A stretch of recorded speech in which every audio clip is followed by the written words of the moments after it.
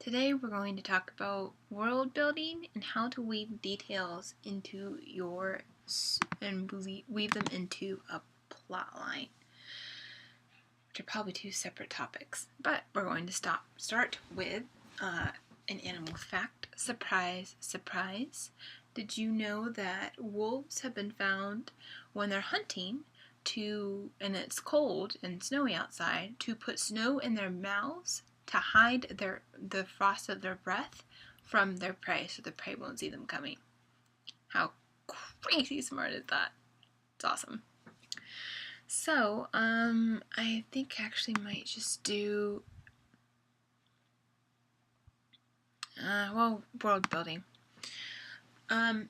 So one of the main ways I world build, whether I'm doing something that's in a modern setting or in a fantasy setting like Shadow of Fate, is I take things that I love about this world and I put them in that one. So, but it doesn't necessarily all have to be things that I love. It can be things that I don't like, or echoes of ideas and thoughts that I bring to life in a different setting. One of the great things about world building is obviously you can do whatever you want with the world. When I was a little more limited with Crossfire, only because I had to do it in a real place. I had to put Crossfire in New York, and that meant I had to do a lot of research on a real place I had been to once a few years ago. So while that was tons of fun, Shadow of Fate can be a little easier because I know the world intimately because I created it. And no one can tell me Andon's a few days travel from Cineda City because I'm the one who put it there. So no one can correct me on that. So with world building, what I did when I was younger, I came up with Shadow of Fate, I came up with a map. This map changed 5,000 times, but that helped me center my ideas of where do things take place.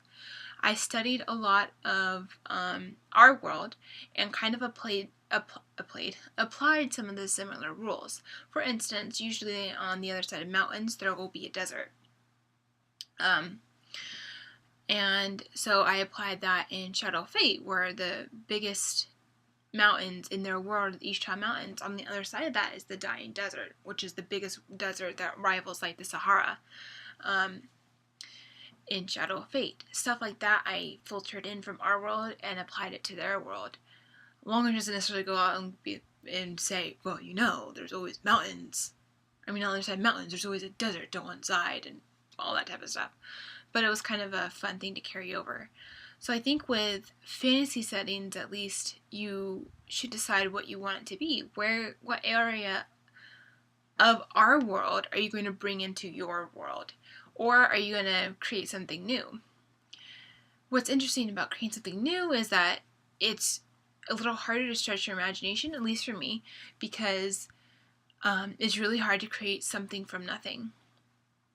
So with Shadow of Fate, again, I didn't pull, like, the Ishtar Mountains are based on anywhere in our world, but I obviously pulled the idea of mountains, and I really loved, one of my favorite things about Lord of the Rings is the feel, not just the movies, but the books, and how rich the history is, and how old the world feels, and I wanted to put that in Shadow of Fate, but also have a new spin.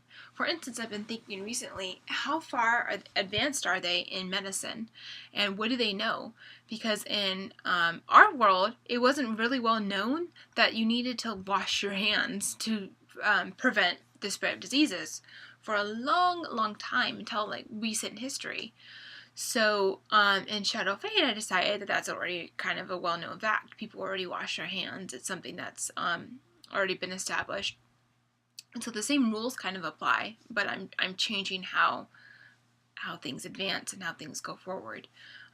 In doing that, I'm affecting a lot of the history and how things just move forward. So I think it kind of just depends on where you want to start. Do you want to start with a map like I did? Do you want to start with research if you're doing it in a modern world, somewhere like New York? When I did Crossfire, I did so much world building. I went apartment hunting for Mordecai, and I know exactly what apartment he's in now. I know what street it's on, what area of New York it is in, what the area is like. I made sure where is it close to and relative to like Starbucks, where is it close to and relative to Grace High, where is it close to and relative to where Mordecai's mom is. Just the massive amounts of information that I had to put it somewhere that I didn't want it to be like a rich part of town, but I didn't want it to be really run down. I wanted it to be kind of in the middle. So that required a lot of research. But I think research is just another form of world building. All because you're using something that's already there, it doesn't mean that you're not building a world. You have to help the reader see what you're doing and see where your characters are and feel what they feel as they walk about. So I think it's just start wherever you can. Think of things that you want to pull from our society and how they will be perceived. For instance, in Shadow of Fate, I decided right off the bat that I wanted most of the cultures to be very accepting of queer culture and for it to not be a big issue like it is in our world. It's not a main controversy topic. So it's more widely, just is widely accepted, and there are only a couple people in the story who have a problem with it. Longmore is raised in a home where it's not that he has a problem with it, but he wasn't exposed to it. So he kind of goes, oh, okay. And then that's kind of it, because he absorbs a lot of the cultures that he is exposed to as he goes, which is really a big part of Shadow of Fate, is culture absorption and just how he picks up things. But you don't necessarily have to think about like all the big social issues now. I just wanted to do something where, because in a lot of stories, there's a problem with queer culture or women being in command or in the army or having armor or any of that stuff. So I just got rid of it with a clean slate in Shadow of Fate. So I decided that wasn't going to be a problem for their world. And in return, there's no problem that Alan is married to Severe. People just kind of take it in stride. That just happened. Okay, well, but I decided that there was still going to be kind of a commoner king, a little bit of a commoner king division with shadow cats. Not that the commoners are less than king, but that king is an exalted status. So it's something that they revel, kind of, not like a god, but something they respect more like a general. So I think with world building, it's just important to keep in mind, what feel do you want? Keep in mind, like I said before, too, themes. Is your world, do you want it to seem gritty and heartless and cold and somewhere that people don't want to be? Like, would you want to be in Pan Am in the Hunger Games? I wouldn't.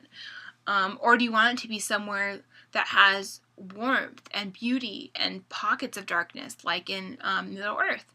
Somewhere where you can go from the Shire to Mordor in one series. So I think with world building like that, you should think about culture. Language is a big one. How many languages do you want? You don't necessarily have to name them all or create them all. Not all of us are Tolkien, but I think it's an important thing because language and culture are so interwoven. You can't separate them. So it's important to decide what you want as far as diversity in your books. Not necessarily just skin color, but language and settings and where do people come from? What feel do you want to be getting off of them? In Shadow of Fate, the Shadowcat's language is supposed to be smooth and pleasant and sleek, like a panther, like cats. It's supposed to be graceful and something that kind of just rolls off the tongue, but is incredibly difficult to pick up because no one else knows the language but the Shadowcats. So that's such a big part of their culture. They don't share it with anyone else. They're very secretive about their language. So I think that those are really important things to think about when you're world building. And you can communicate themes and what type of story your book is by deciding where things are set and what feel you want. In the Hunger Games, for example, when you go from District 12, where Katniss is from, where it's the coal district, and everything's gritty and kind of dirty and poor and shabby, and there are people sitting on their porches in really plain clothes, and it's really gray and ugh. And you go from that to the Capitol, where everyone's in pink with feather eyelashes and weird hair and butterflies everywhere all over their dresses, and dresses made out of butterflies. It's a huge contrast, but at the same time, they in the books and in the movies, the Capitol is big and resplendent, but to me, there was no light. It was just huge, governmental, kind of, but in a bad governmental way. It wasn't like the Washington Monument or something. It was just like big, and there was empty, so it felt like the only thing popping out were the people. So you kind of felt how powerful and how big and looming it was. You were impressed, but kind of in the way you're warily impressed. So I think those are really important things to think about when you're world building. This is such a big topic. What do you want the theme to be? What do you want the feel to be? When I have long ago from Andon to Cineta is kind of like the Minas Tirith of Shadow of Fate, where it's backed up against these mountains, and it's supposed to kind of feel strong and resolute, but at the same time there's kind of a sickness there, because Farron, who's the king, isn't necessarily a good king, and his kingdom is suffering because of it, and Canary and his half-brother are kind of the ones holding it together. So that's the feel I wanted to get for it. So I was going to make it white originally. I was really taken with the idea of a white city, but then I decided to make it a more shabby gray, and to have the colors be a little less strong, at least until Longlor gets there, because that's the feel I wanted, and that's the kind of world I wanted. And also it helps with Longlor when he gets there because of the themes of the story and what's happening in the story. That's why I wanted it to be. Versus you get to Alan's land, Severin, and I just said his name wrong, Severin, and everything is lush and beautiful and natural. Everything about the Shadowcats is natural, and just they're an open race despite the hide their language thing. So world building is a really complicated one, and this video is already so long. But I would just break down the things that you notice in our world. Think about how people talk. Think about how you want your characters to sound. Think about how you want people who are foreign to them to sound if they come across them in the stories. Think about how they dress. Are they in poofy clothes? Are they in slim-fitting clothes? Are they in like no clothes at all like the Shadowcats? And why? Shadowcats wear little clothing because it restricts movement, and they're a very, very moving species. So they love to be moving, and they hate restriction. They want to always be free to fight, get away, to take a stand. And so, like cats, who don't like it when you put clothing on them, Shadowcats have retained some of that wildness, so they don't wear a lot of clothing. They're not really big on modesty. They more wear it for decoration than to cover themselves. So just think about things like that. Think about traditions. What do you want? Does their jewelry, do their earrings, does their makeup mean anything? How do they signify that? Signify that they're married? Is it like Nikon, where the dragons will have an earring on one ear that signifies that they have a mate, so other people know? Do they signify? How do they signify royalty? What do they eat? What type of spices do they use? Is their food really spicy? Do they have, what type of system do they have? Do they have kings, queens, governors, councils? Just break it down. Break down government. Study history. Study our history. Any history in the world. And break it down and see to what you can take away from it. What themes you like. Break down your favorite stories. See what you like to take away from there and how they built their world. Pay attention from when you read books. My biggest advice would be definitely to analyze whenever you read or consume stories. So try to figure out what the author or the creator is doing when they first introduce you to things. Like again, in The Hunger Games, you're introduced to District 12, and it's kind of a sad, with that woo music, and it's kind of like, oh, okay, you get this is kind of a sad, hopeless place, where there's not a lot of smiles and laughter and brightness. So what do you want your world to be feeling like? What do you want the theme to be? Do you want it to be war? Do you want it to be sadness? Do you want it to be hope? And think of how you can communicate that with how the characters act, and how you can think about things like religion and how characters are different. So that's what I think. Also, my favorite thing, obviously, is to think about animals. What type of animals do they have?